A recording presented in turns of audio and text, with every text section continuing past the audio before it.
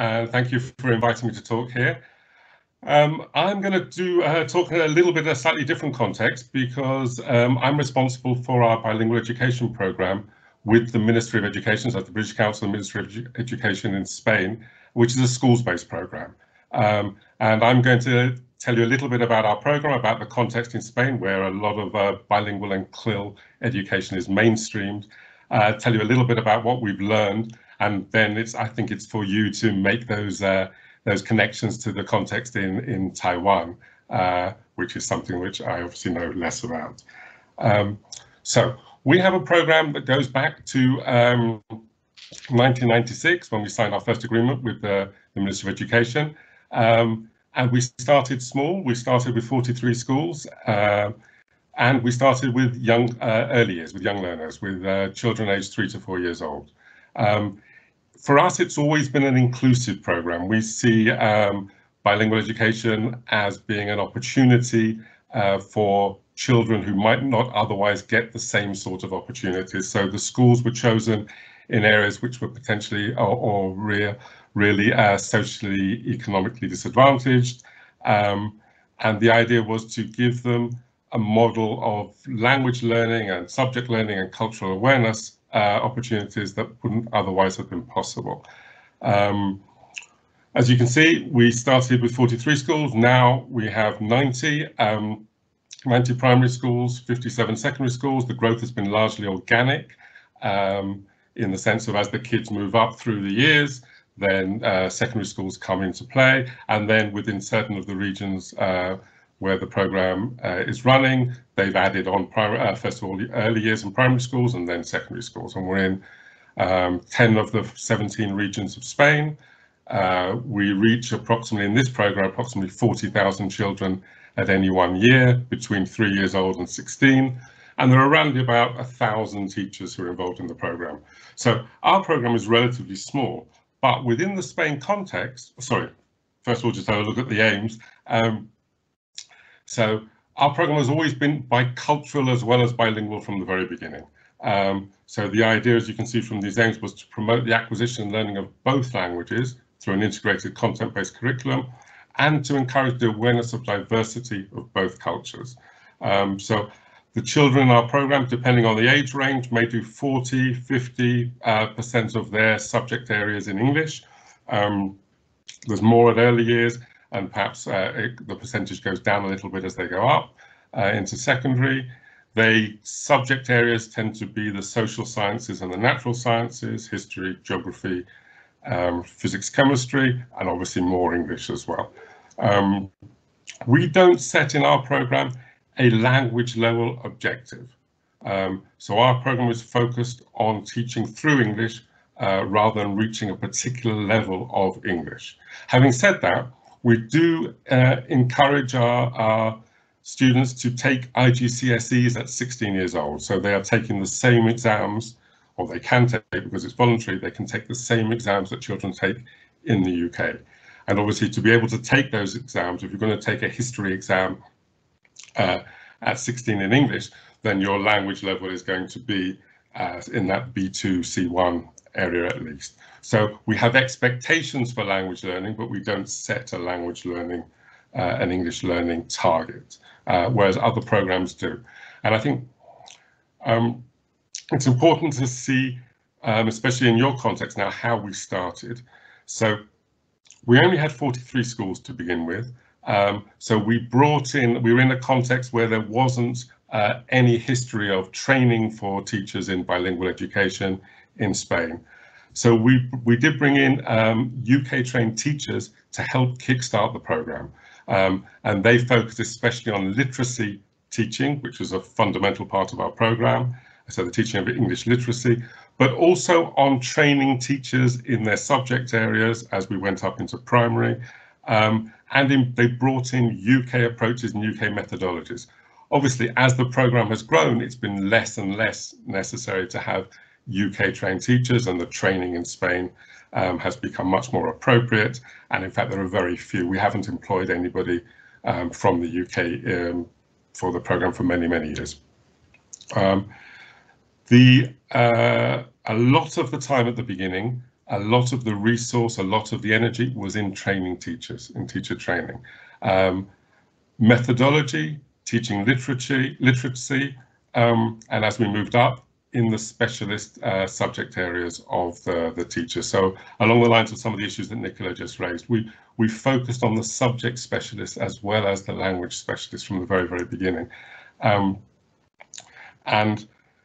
We focused on pedagogy as well as English, and often more than English.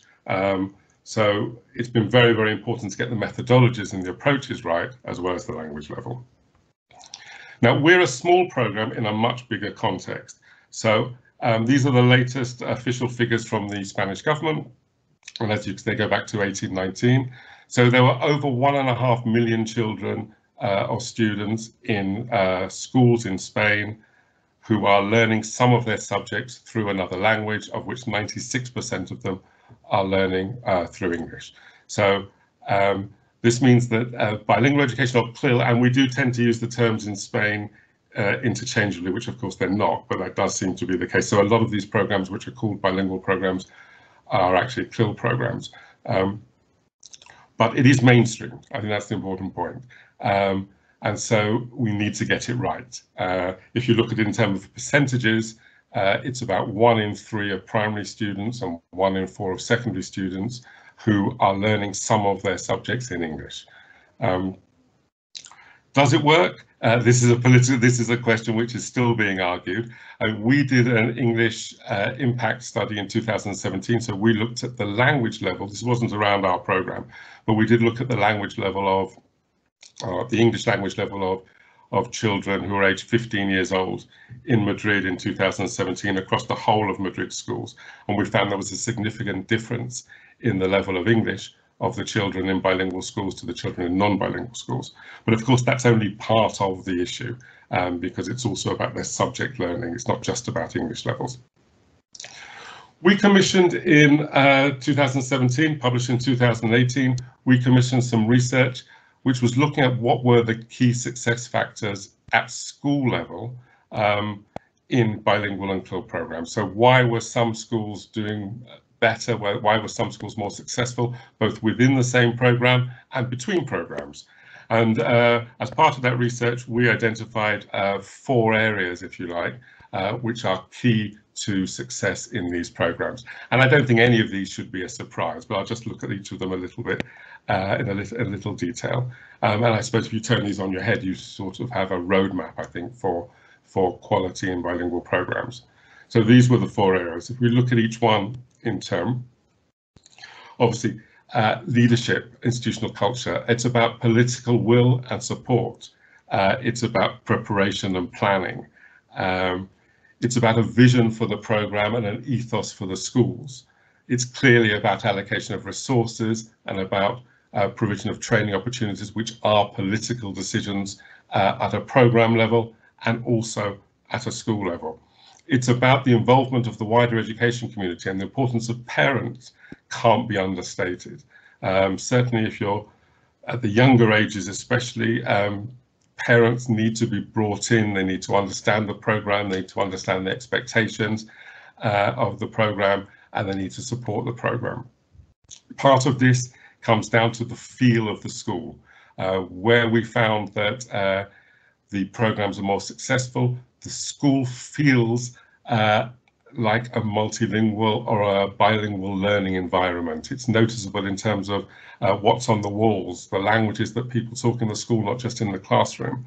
And the whole school approach is absolutely fundamental. And again, going back to the point that Nicola and Heath were making about higher education, also true here, it's about that collaboration and cooperation between the subject specialists and the language specialists. It's about the whole school approach.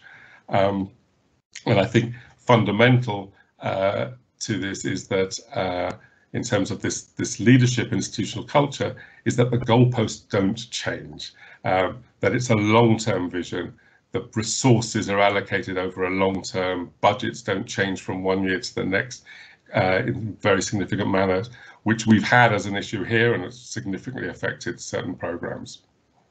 Another area, clearly, planning coordination. Obviously these areas overlap. As was mentioned again earlier, in a higher education context, also true for us, bilingual education CLIL is multidisciplinary by definition. It has to bring together subject and language specialists. It may involve training inspectors too. If people come from the outside and need to evaluate the programs, they also need to understand the programs. There has to be time for collaboration and coordination, and very often in school curricula that time isn't there. But if you don't have that coordination and collaboration between the different teachers who are involved in the education of the children, then it's very difficult for the program to be successful. The key factor is teachers. The biggest significant difference to the success of a program is the teachers, or are the teachers. It's about the teachers, and it's about their methodologies and their approaches and their attitudes and their expectations. It makes the biggest single difference. We've worked extensively in training of teachers on levels of English, but also, as I said, on subject expertise and on appropriate teaching methodologies. It's very important they get the right sort of training. It's not just any training.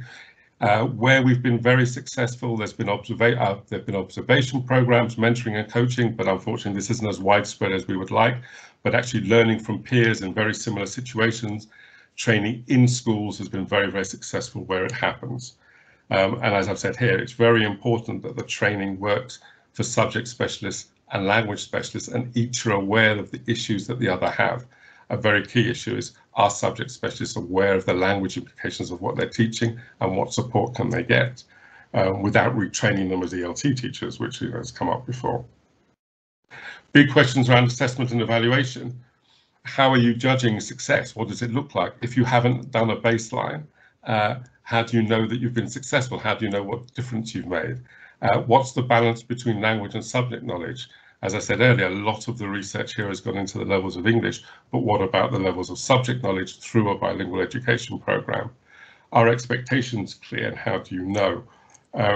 We had a lot of issues at the beginning where expectations were misunderstood, so parents were worried and concerned about the subject knowledge learning of their children at primary, without realizing that the process was a bit slower, and by the time they get to 16 there weren't any big issues at all. In fact, on the contrary, a lot of the research suggests that where the programs are successful, subject knowledge may even be enhanced.